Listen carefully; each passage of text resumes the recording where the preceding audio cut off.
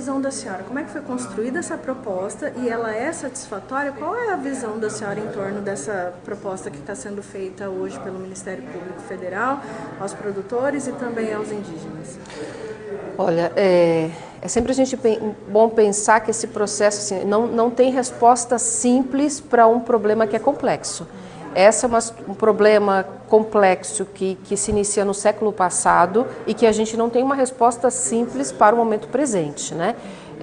A gente iniciou as tratativas, a gente vai continuar dialogando com ambas as partes, mas mais do que resolver uma situação imediata de um conflito local, a gente precisa compreender a política nacional para a efetivação de políticas gerais de garantia de território dos povos indígenas em todo o país. E no Mato Grosso do Sul a gente precisa pensar também localmente se há alternativas locais que a gente possa aplicar. O momento agora, assim, como nós saímos da reunião, conversamos bastante, mas nós vamos ainda abrir um diálogo com as partes, tanto com os povos indígenas como também com os produtores rurais, né?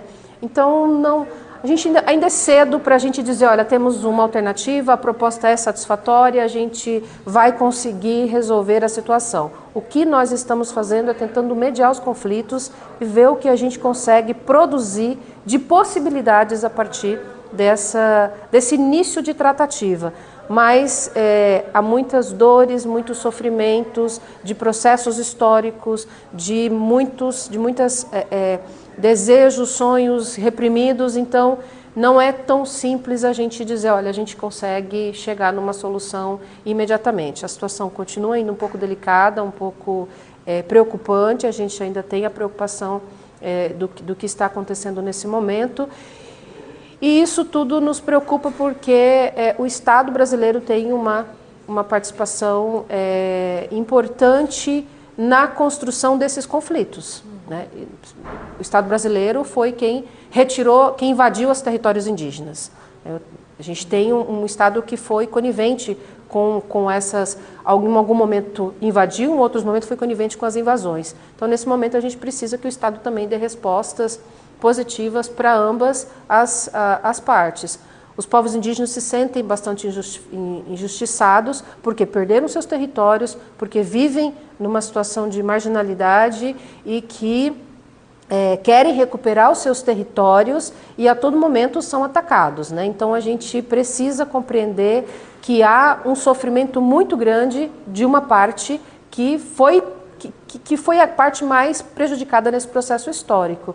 Mas, nesse momento, também a gente precisa também reconhecer que há alguns produtores rurais que são terceiros de boa-fé, que também são pequenos produtores, que precisam também ser considerados nesse processo. Então, não temos uma solução simples. Temos um processo cheio de ações judiciais que está travando todo o processo, de leis decisões judiciais, novas legislações. Então, assim, o processo não é um processo fácil para a gente encontrar uma alternativa fácil e rápida. Então, seguimos aí nas tratativas conversando. A senhora esteve no local, né, e conversou com a comunidade lá.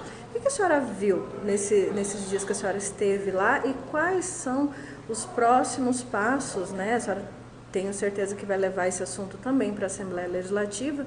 Então, quais seriam os próximos passos e o que a senhora viu lá nos dias que a senhora fez a visita? Olha, eu tive no sábado em uma situação bastante tensa, bastante preocupante. De um lado, os produtores rurais, a 200 metros de frente, sentados um de frente para o outro, os povos indígenas. Os conflitos estavam ali bastante eminentes.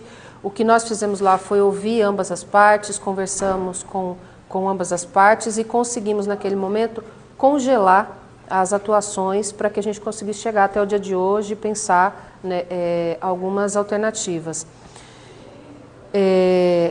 A gente espera que a gente consiga ter alternativas e, nesse diálogo, a gente construir saídas.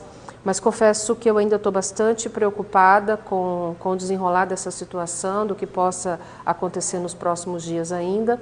E certamente nós vamos levar esse debate para a Assembleia Legislativa, para toda a sociedade, articular com os deputados federais também que possam atuar diretamente nesse sentido, dialogar com o governo federal, com o governo do estado, porque acho que a alternativa, a solução é todo mundo se desarmar e a gente começar a conversar e encontrar saídas, né? E qual seria a proposta, assim, eu sei que é complexo, né, a senhora já disse, mas na sua avaliação, né, nesse trabalho que a senhora tem feito, o que a senhora pensa que seria essa saída nesse momento? A primeira coisa que precisa ser feito são os estudos antropológicos, porque a FUNAI começou a fazer esses estudos, mas ela também foi travada, ela foi interrompida em alguns momentos, justamente por vários processos judiciais que vem interrompendo. Então, a melhor alternativa seria retirada dos processos judiciais, a gente dar sequência nos processos de demarcação, nos estudos, porque daí a gente teria uma realidade, a gente teria um mapa para saber, olha, esse território é indígena, esse não é, o que é possível fazer a partir disso. Porque todas as soluções que a gente tem, sem antes ter esse mapeamento, elas podem ser frágeis.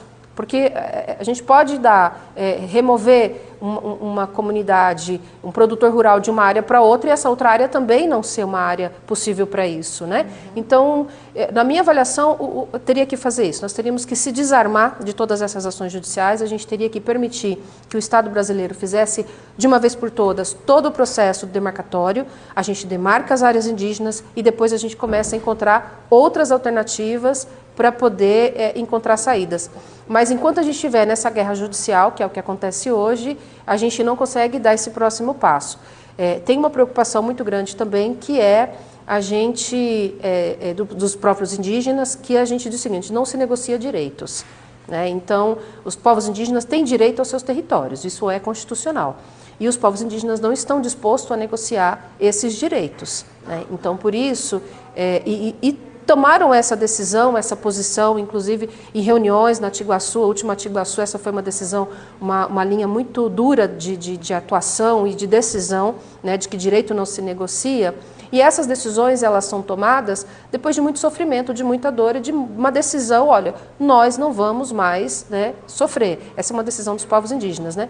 A gente quer avançar nos nossos direitos. Então, é preciso compreender esse processo histórico. Sim. Então, a gente precisa se desarmar, compreender a luta dos povos indígenas para poder encontrar alternativas possíveis. A senhora acredita que esse avanço, né, na questão dos direitos, né, reivindicados pela comunidade indígena se dá também por falta dessa resposta, de uma solução, por conta dessas questões que a senhora apontou aí, da falta de uma resposta do governo federal, por exemplo?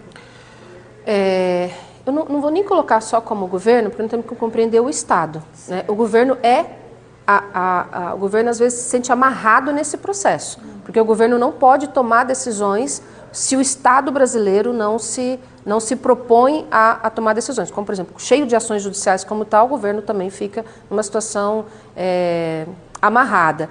Mas a gente precisa compreender esses processos indígenas, os processos históricos, e juntos a gente construir uma alternativa. Nós temos uma situação bastante grave, que é a narrativa construída para a sociedade de qual é o papel dos povos indígenas e desse lugar dos povos indígenas na sociedade. Tem muito preconceito, né? Nós moramos numa cidade, Dourados, em que todo mundo sabe que há muito preconceito aos povos indígenas.